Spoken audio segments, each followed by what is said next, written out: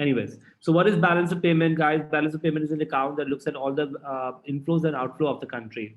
When you look at an inflow of money can happen because of us um, selling goods and services abroad. But whenever there's an inflow of money, we call that as a positive entry or a credit entry in the balance of payment. Whenever there's an outflow of money, it's a negative entry, or it's basically a debit entry. We don't need to know the accounting part of it, but remember this, that whenever money comes in to the uh, balance of payment, it's a credit entry. Whenever money goes out, it's a debit entry for us. So a balance of payment records the value of all the transaction between the residents of the one country and the residents of all other countries. And I just talked about this, that receipts of money will be a credit entry, while an outflow of money will be a debit entry. Now, what is balance of payment made up of? So balance of payment is made up of uh, exports and imports of goods. Okay, the first thing is exports and imports of goods, which is called the visible balance. Why is it called visible balance? Because these are the goods rather than services. Services are basically called invisible balance. If you look at this invisible balance, so services credit and services debit. Credit means basically, again, remember, credit means money coming into the economy. Debit means money going out of the economy. Okay, uh, and uh, and by the way, imports of good is 32. Exports of goods is 21. Because exports is less than import, we have a negative visible balance. Okay, and visible balance plus invisible balance. If you look at these two entries, guys, this is an important thing to remember. Visible balance plus invisible balance is called balance of trade. Remember balance of trade, which was your X minus M of goods and services. So X minus M of goods and services is your balance of trade, which includes your visible balance plus invisible balance. Make sense? So this section is called the current account balance, and current account balance includes three things. Number one is uh, visible balance. Number two is invisible balance. Number three is income. And number four is transfer. I want to explain what income and transfers are.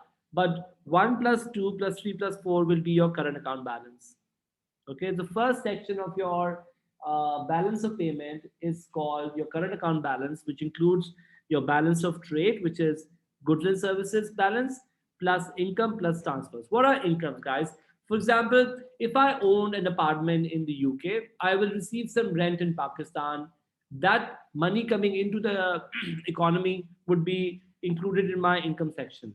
Or, for example, if I'm sitting in Pakistan and I do a consultancy work abroad, and that money coming into the economy would be income section, will be part of income. So any income, any wages, any interest, any dividend. How do I earn dividend? If I'm a Pakistani, I owned a foreign company share, I get dividend coming into the country, that would be part of my income. Okay, so all the incomes that come. And then last thing is transfers. What are transfers? We say transfers are all the money for which no output is produced.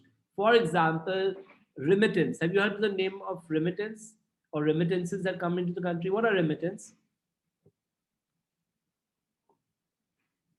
When Pakistani workers working abroad send their money back to Pakistan, they are called remittances. And they, by the way, make up a large part of our foreign reserves because the Pakistani workers work abroad.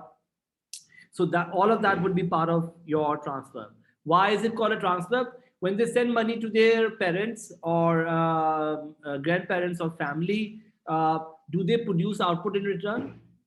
And the answer is they don't produce output in return. They're just sending money to their parents and grandparents or family. And that's why it's called transfers. Similarly, if your grandmother sends you, let's say she lives abroad and she sends you, let's say, $500 on your birthday, for example, that will be part of transfers as well. That'd be nice if she sends it. But let's say if she sends it, let's say she lives abroad, number one, and let's say she sends it, then that will be part of transfers. Make sense? Now, what is invisible balance? Invisible balance is basically Madhya services. We call it invisible because, of course, services can't be seen. So the balance of services, X minus M of services, is called invisible balance. So visible plus invisible plus income plus transfer makes your current account balance. Okay, and it's a major account, by the way, guys. Current account balance is major because it any country's key money coming into the economy is through current account balance. So it's probably one of the major part of your balance of payments. Okay, so next part of balance of payments, if I sort of give you a picture of balance of payment, so your balance of payment has your current account plus your capital account, which I'm going to talk about in 1 minute, plus your financial account. So these are the big three sections. And current account, I'm saying, has your uh, visible balance plus your invisible balance plus your transfers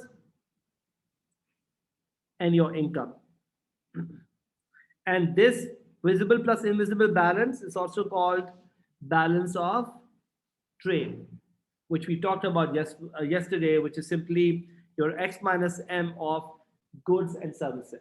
So just a quick sort of big picture of what we're looking at. Okay, so balance of payment includes current account, capital account, and financial account. What is capital account, guys? Capital account is not a significant account, honestly speaking, but it includes few things. By the way, also transfers include, for example, any foreign aid. If Pakistan receives foreign aid, are they required to produce output in return? When a country gets a foreign aid, and the answer is they're not supposed to. They're supposed to spend it somewhere, but it's not asked where, and it's not a project related money. Makes sense? It's not that US aid comes to, for example, Pakistan. It just probably will be targeted somewhere, but it's not required to produce an output in return. Uh, they might have mechanisms in place to make sure the money is spent properly, but it's not that they are there to basically for any transaction money. Hopefully, okay. What is capital account? Capital account basically is a very small account. Includes buying and selling of any fixed assets. Anytime any fixed asset is sold, it's included here. Number two, it includes all the migrant moving away from the country or coming into the country's money. So, for example, let's say I decide to move to Canada and I want to take all my money from Pakistan to Canada. That will be part of capital account. And lastly, it will include all the money that is given to Pakistan or a country for any project related funding. Let's say US government says, why don't you build a dam in Pakistan? So that money will be your capital account balance. You guys get that? Does that make sense? It's a really not that important of an account, very small value, but of course it's an account anyways. Okay, then comes, guys, is there any questions so far? So what is capital account? Capital account is basically buying and selling. What do you need to know basically about these accounts is a major, I mean, just a big picture, what they include and so on. But you might need to know what goes into current account. And you might need to know what goes into financial account, honestly. Financial account, on the other hand, is this part. And look at what is happening in financial account. Number one, it has direct investment, which is all the investment in. No, so I'm going to talk about this. So capital account basically versus direct investment is this. This is just fixed assets, okay, which are not for investment purposes. You know, like if I have a house, I just sold that house, that will be your fixed asset. But what if I'm investing? And what if I'm investing in basically what you call it physical capital? A good example of this is, let's say Apple decides to open a store in Pakistan. That would be what we call direct investment because this is physical assets. Or let's say a company in the US decides to open a factory in Pakistan. That's direct investment. Or Pakistani entrepreneur decides to open a store in the US. That would be direct investment. Make sense? Portfolio investment is basically investment in financial assets. Give me example of financial assets, anyone? Zunubia, financial assets. What are financial assets? Shares, very good. Bonds, securities, or even loans. You know, that would be also financial assets. So, for example, sometimes if I give you a loan, right? Then that would be earn me interest payable. Yeah. If I give you a loan, right, you'll give me interest in return.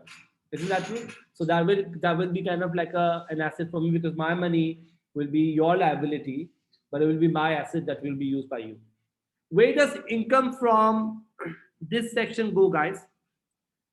You invest today, you'll get income tomorrow. Where do you think income will go from this section? And the answer is income from this section will be coming in the income balance later on. You might have a deficit this year, but you might have deficit this year, but surplus in the coming years because the money will come here. The income section will receive all the interest payments, dividend payments, and so on and so forth. Got it? Does that make sense? So a portfolio investment is all the investment in financial assets, and direct investment is all is the investment in your fixed assets.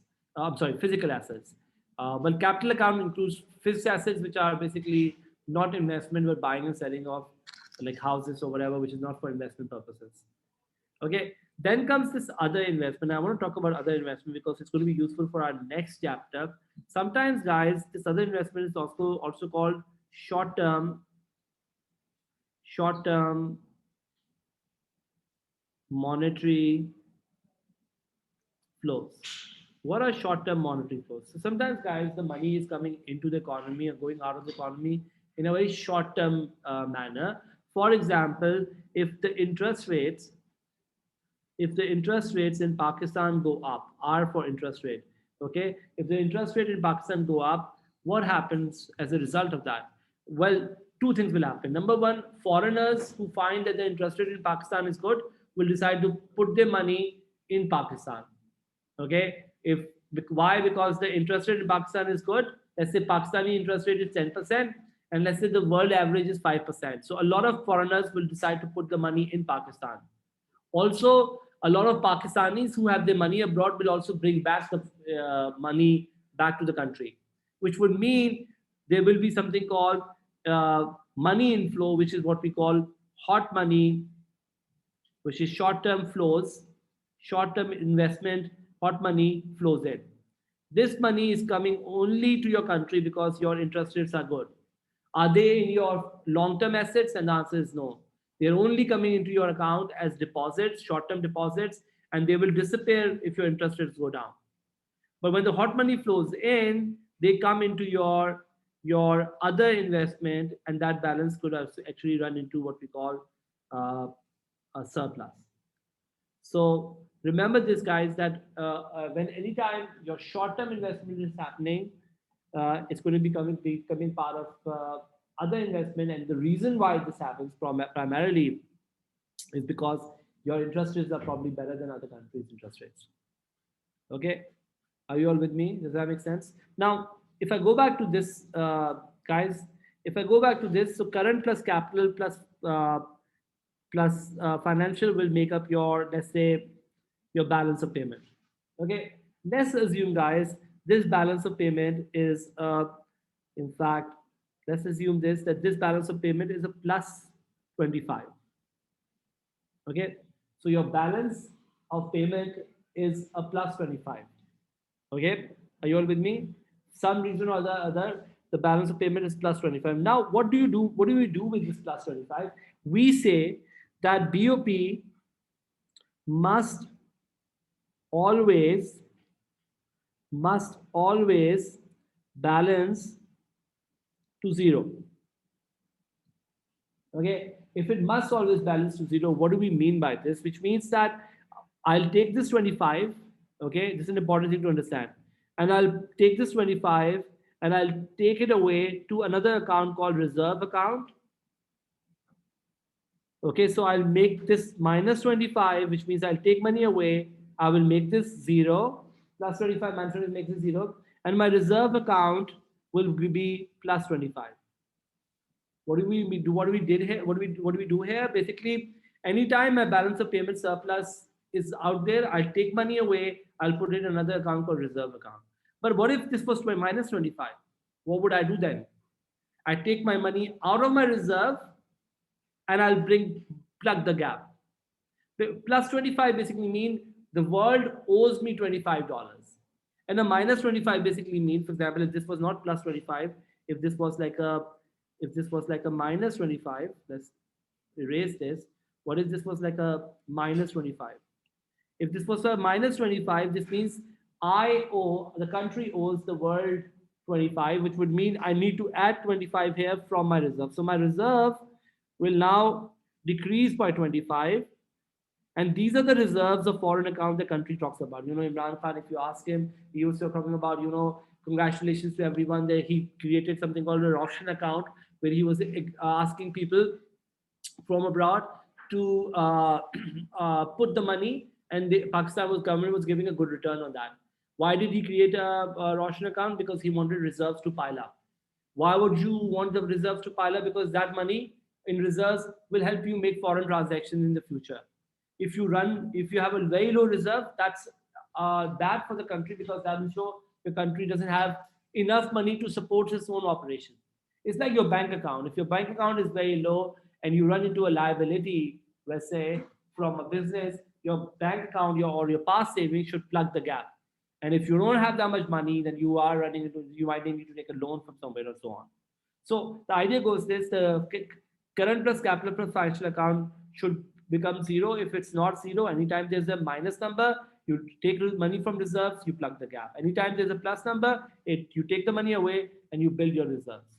So reserves are kind of like a balancing kind of an item, which is helping you to balance any gap in your current plus capital plus financial account. Make sense? How many of you done accounting? Have you guys done something called suspense account? Yeah, what was a suspense account? The name sounds very interesting, but it's boring account. But what's a suspense account? Yeah, you never got it. Somebody who got it. Anyone? It's who said that? It's related to errors. Sometimes you make errors, right? So anytime you make errors, you basically have this account which is a parking account. You basically, hopefully, your suspense account should go all the way to zero once you fix all the errors. And that's why here also we have something called errors and omissions. Okay, you have errors and omissions which you put because you are dealing with so many entries for a country, so much money is coming in, going out. You might not be able to properly account it in the first go. You have errors and omissions. Hopefully, with time, this errors and omission will be, you figure it out and you will be able to make it zero. But till that time, you actually put an error and omission to make sure that, now look at this, financial account plus current account plus the overall balance was 694. This 694 basically will go into your reserve, build up your reserve, and tomorrow when hopefully this will be sorted, you will know exactly how much is the true gap. You guys get that? Does that make sense? Now I'm going to read the notes quickly, so basically you guys understand how the. But is there any question so far? Reserve account is simply an account. Think of this way: if you run a business and let's say after all the accounting of it, you realize that you owe $25 to somebody else, and so you will use your bank account or and you will basically pay that because your business hasn't generated enough money to pay off its liabilities. So you use some reserve account. Similarly, if your business has made up some surplus cash of 25, you will take that money away and put that in the reserve for future. So that's your savings account. So reserves are basically of gold and foreign currencies are built to basically pay off liabilities, uh, uh, future liabilities. Also, no, at the end of the day, if, for example, your balance of payment is not balancing, you may need to pull some money from reserves and pay off those liabilities. If your balance of payment is positive, then you can take money from your balance of payment account and make the reserves build up. I showed you a positive entry, but let's say if you have a negative entry, so you take money away from reserve, so the reserves go down by 25, and you park it here so that your balance must always balance to zero. Balance of payment, therefore, must always balance to zero is the bottom line. I'm going to sort of go through all the components quickly. So what is current account, guys? Current account is basically the record of imports and exports of services and of income flowing into and out of the country Also net transfers. Trading goods are basically X minus M of physical goods, and that's why this is called a visible balance. Trade-in services is called invisible balance because this is X minus M of services. And the balance of X, this plus this, right? Invisible balance plus visible trade balance will make your balance of trade. Okay, whenever we hear the term balance of trade therefore is a part of our current account. What else does current account include? It includes current transfers and it includes incomes. So what are current transfers? Current transfers are basically all those payments for which no goods or services are changing hands. In other words, for which no good or service is produced in return. Example of these could be foreign aid, as I talked about it. It also includes like private gifts sent from a person in another country to another person, and it includes remittances. The foreign workers sending money back to their country is remittance. Are they asking for output to be produced? Do they say, "Okay, mom, I'm sending you this money. Please work for $200 that I'm sending you?" And the answer is no. They're just sending it to their family of the money, whatever they've made abroad. Got it? Are we happy with the current transfer? So all the payments for which no output is produced in return is called current transfer. Then comes net income flow, which is basically money, income that are being generated, which could be profits, it could be interest, it could be dividends. Normally it is coming because you have done investment in financial account, and that financial account investment is giving you dividends and profits in the later periods. Got it? So the income flows is actually an important section because whenever you invest abroad, you will get incomes later on, which will be coming into your net income flows. Then comes your guys. So basically, current account includes your balance of trade in goods and services and income and transfers. Okay, so remember that that's your current account balance. Got it?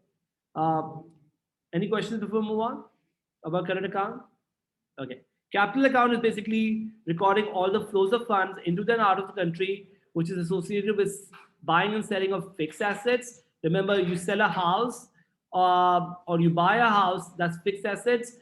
That sale will come here. Or transfer of funds by migrants. If you're moving the country, let's say if I'm going to Canada for good and I want to take my money from Pakistan to Canada, that would be transfer of funds coming here. And also grants by the government for projects. This is not aid, this is actually project related funding. Okay. Capital account isn't really an important account because it's a very small part of the total balance of payment. But what is important is your current account and your financial account. What does financial account include? We just going to go over it again one more time. The financial account includes basically all the money that is coming because of investments. So what does it include? It includes investment which are long term, and the long term investment may include your direct investments and your portfolio investment. Direct investments क्या होती हैं? What are direct investments? Direct investments are basically investments which are in physical assets, while portfolio investments are investments in financial assets such as shares and all that. And this may give you dividends, and this may give you interest, or by the way, this may also give you dividends because you have shares here. Yeah, but here you are actually investing in a physical asset versus here you're investing in a financial assets. Then comes your other financial flow, which is your short-term monetary flow. Why does this happen? Basically, I talked about this. Remember, this is your interest rate related money, which is your hot money. I want you guys to remember this term hot money because hot money simply means it's a short-term monetary flow, and it happens if your interest rates are better than another country. Okay. Uh, then comes, guys, the idea that reserves of gold and foreign currency, which all countries hold and which are itemized in the official reserve account. I talked about reserve account. It is a movement into and out of this account that will ensure the balance of payment will always balance to zero. If there's a surplus in all of the accounts, like this is what I talked about, like a plus 25. If there's a surplus in all of the accounts combined, then the reserve account will increase. If there is a deficit, then the reserve account will decrease. Why would reserve account decrease if there's a deficit? Exactly. The money that you'll pull out that money from the reserve account and you will fill the gap in the your balance of payment. It is the net changes in the official reserve account uh, over a period of time that will make the balance of account to balance. When I was saying, sir, are these investment a liability since the income on them is sent abroad? What investment are you talking about? Uh, for other countries, it's just no, it's not a liability for us. For example, let's say Apple decides to build a store in Pakistan. It's not a liability. It's their asset. Yeah, it's their asset. It's not a liability. It's only going to be a liability if it's a loan given to us. Then we need to return it. If they're investing, it's not a liability. When you invest in a business, it's not a liability, it's your asset. Isn't that true? Liability is when I'm giving a loan to somebody. Like a short-term loan will be, this will might have a liability. Okay, guys. So the current account plus capital account plus financial account is basically your balance of payment. In addition, it is also important to identify transactions in reserve assets because that will tell us the balance of payment must always balance to zero, and this should always be zero. And if they're not zero, then it is basically we have the errors and omission account or the balancing item, which will basically be created, which will ensure overall balance, because that is the suspense account kind of a thing that we're making in order to make sure anytime we've done some mistakes over time we'll fix them and we will make the balance come back to zero. Okay. Hot money, remember, I'm just saying this, hot money is basically if the interest rate of your country go up, you will receive money in your deposits. So your deposits will go up, and that's what we call the short term monetary flow or hot money. Why is it coming? Because your country has better interest rates than elsewhere, and foreigners will be putting the money into your country, and your individuals, local domestic individuals, will also bring the money back from other countries to your country, which means your hot money basically goes up. That's what hot money is. Got it, guys? Any question about balance of payment, therefore? So why should balance of payment must always balance to zero? Quick answer question. Why should balance of payment must always balance to zero?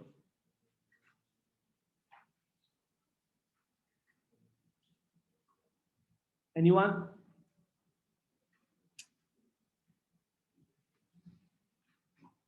Yeah, why should it always balance to zero? I think you can answer me this one. Because we have something which will make it balance to zero, which is the reserve account will make it balance to zero. Otherwise, we will put in errors and omission and we'll figure out, right? What if it's negative? I'll take the money from the reserve, bridge the gap. What if it's positive? I'll take the money from the balance of payment, put it in reserve. What if it's negative? I'll take the money from reserves, put it in the balance of payment.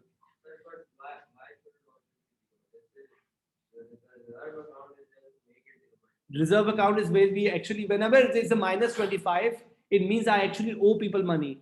They've been saying, like, why is Pakistan worried about reserves? Because the reserves, if they're zero, then if you have a balance of payments negative, then your country will have to declare bankruptcy. You need to have the reserve.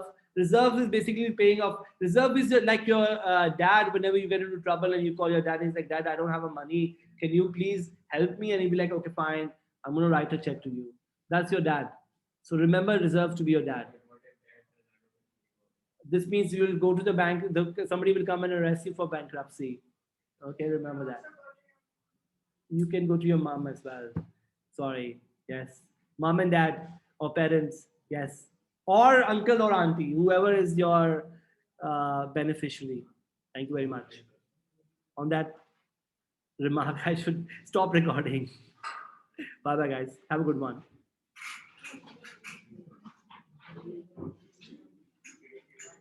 Madhya, ideally reserve should lead to zero, but errors are only short-term accounting fixes. We are done with the chapter. From Monday, we're doing exchange rate.